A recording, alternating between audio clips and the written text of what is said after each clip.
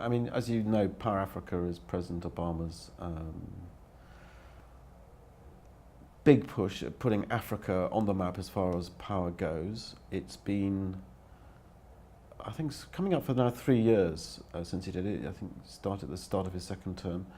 And it's brought all of the US agencies together to act as one, led by USAID, to sponsor the theme of power. To start with, it was around 5 specific sub-Saharan African countries, but then it got expanded because the other countries that weren't involved said, why not me? So really it's now an initiative that really looks at what's going on in the power space across Africa, and its success has really been threefold. The first one is it has brought attention to the power needs of Africa, and that really is an awareness aspect of it. The second is it has brought about an enormous amount of a detailed analysis of what is required by country, by project. So if you look at the latest version of USAID's Power Africa publication that was pushed out in Washington DC in January at a power conference there, you'll see you can go by country and see what are the initiatives by country. So the first thing is awareness, the second one is information, and the third thing is starting to deliver. I think where the media and the politics around it slightly got disjointed was that I think he said, well, I'm going to do Power Africa and I want to do everything quickly. Well, anything in the power space, particularly in scale, takes time. So I think it was, perhaps it's unfair would be too strong a word, but I think there was a miscommunication around what was the expectations and what were the delivery timescales. I think for where we started 3 years ago, delivery is now on track. And I think the nice thing about Power Africa is it's not just looked at the big elephant deals, if I can call them that, the big 100 megawatt plus deals. It's looked at it from renewable energy, from off-grid, from on-grid to transmission. So it's the whole value chain around the power space. Of course, it's been directed primarily at an American audience to look into Africa, but the byproduct of that is that most of the big banks, most of the big companies that are involved in Africa has got involved with this, and I think it's been a very good forum to raise awareness, get information, and then start the process going. The needs of how you are going to get power into Africa and get the whole population with access to electricity. As I was saying about Power Africa, I think the conventional wisdom has been that you really do build out an on-grid solution. And that's the pylons that go into the smaller telegraph-type poles to eventually come to your house.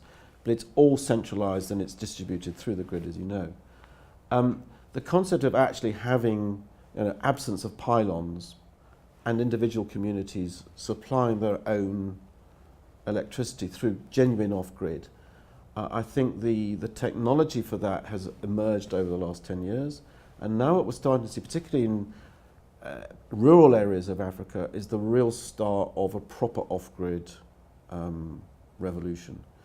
And it's at varying levels between, one person in his house who isn't up to date, he's a low-income earner, has not got any electricity. There are now initiatives, particularly being led by some entrepreneurs out of the US, coming back to the Power Africa thing, where you're trying to put together what I would call this sort of IKEA type sort of solution, where you've got one man on his bicycle, goes to the local store, buys 3 solar panels or 2, comes back with that, a battery, a couple of light bulbs and a charger for his mobile phone. And all of a sudden he's got electricity from his battery at night in particular, as well as during the day from the sunlight. And the social benefits of that, from his children being able to do work at night, and the absence of noise from a diesel generator, these are profoundly sort of societal changing themes which we're starting to see come through. And the technology that's allowing that to come into play, and will be increasingly so, is marrying up mobile phone technology, i.e. you can use airtime to pay for electricity. It's like work in progress, because Africa is in a similar state to perhaps somewhere like Vietnam or Indonesia was 25, 30 years ago. And what you're seeing as a trend is similar across Africa. To start with, you have legacy systems which came out of the colonial era, and those were generally through state-owned enterprises when the only means of delivering electricity was by, here you have a power station, you build your distribution centre and you put a grid around it. And then as the other developing companies, particularly in the Far East, went through, they realised that the governments couldn't put it all on their own balance sheet. So they went into the IPP world, got the private sector to participate.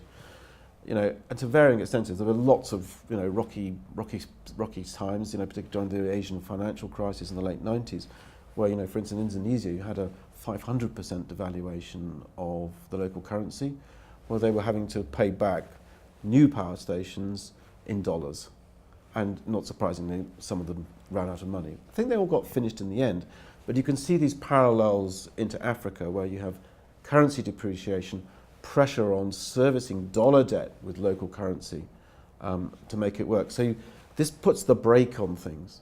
So, and you just got to be understanding and aware that, as the macroeconomic situation changes, you'll find the pace at which you can move on the big scales, the IPPs, the big projects, will change. But the nice thing about Africa, as in the emerging markets in the past, is you have a combination of the multilaterals, the development finance institutions, and the export credit agencies. And what you find is that when the engine of growth slows down because you have a macroeconomic shock like we have in the last 2 years in Africa, a combination of falling commodity prices, oil and minerals and coal, and then you've had depreciation of local currencies because of the flight to safety, the perception that America's going to put up interest rates, so you take out of the emerging market economies, and those things compound themselves actually in the answer, or the not the answer, but the so what of all that is that you have a major balance sheet constraints on individual sovereign governments, and for instance, you probably saw Angola's called in the IMF yesterday. That is direct consequence of a commodity price cut. What does that mean for the power sector? It means it has to go slower, but at the same time, where they can, the commercial banks, the DFIs, he says, will step in together to try and keep the momentum going. And I think one of the interesting parallels between what happened in somewhere like Indonesia in the 90s and Africa now is you're not seeing massive failures of power projects that have been commissioned in the past. So the degree of failure is much less. Does that mean we've learned from the past? I think it does. And I think it means that the competency in individual African countries, where it varies by country, is getting better. So you're not putting things in place in the start, which if you have a really major shock, are going to fail. So it's varied. And I think the Africa story is slower than the Indonesia or the Thailand, but at the same time I think it's more consistent and we're going at a pace that's sustainable.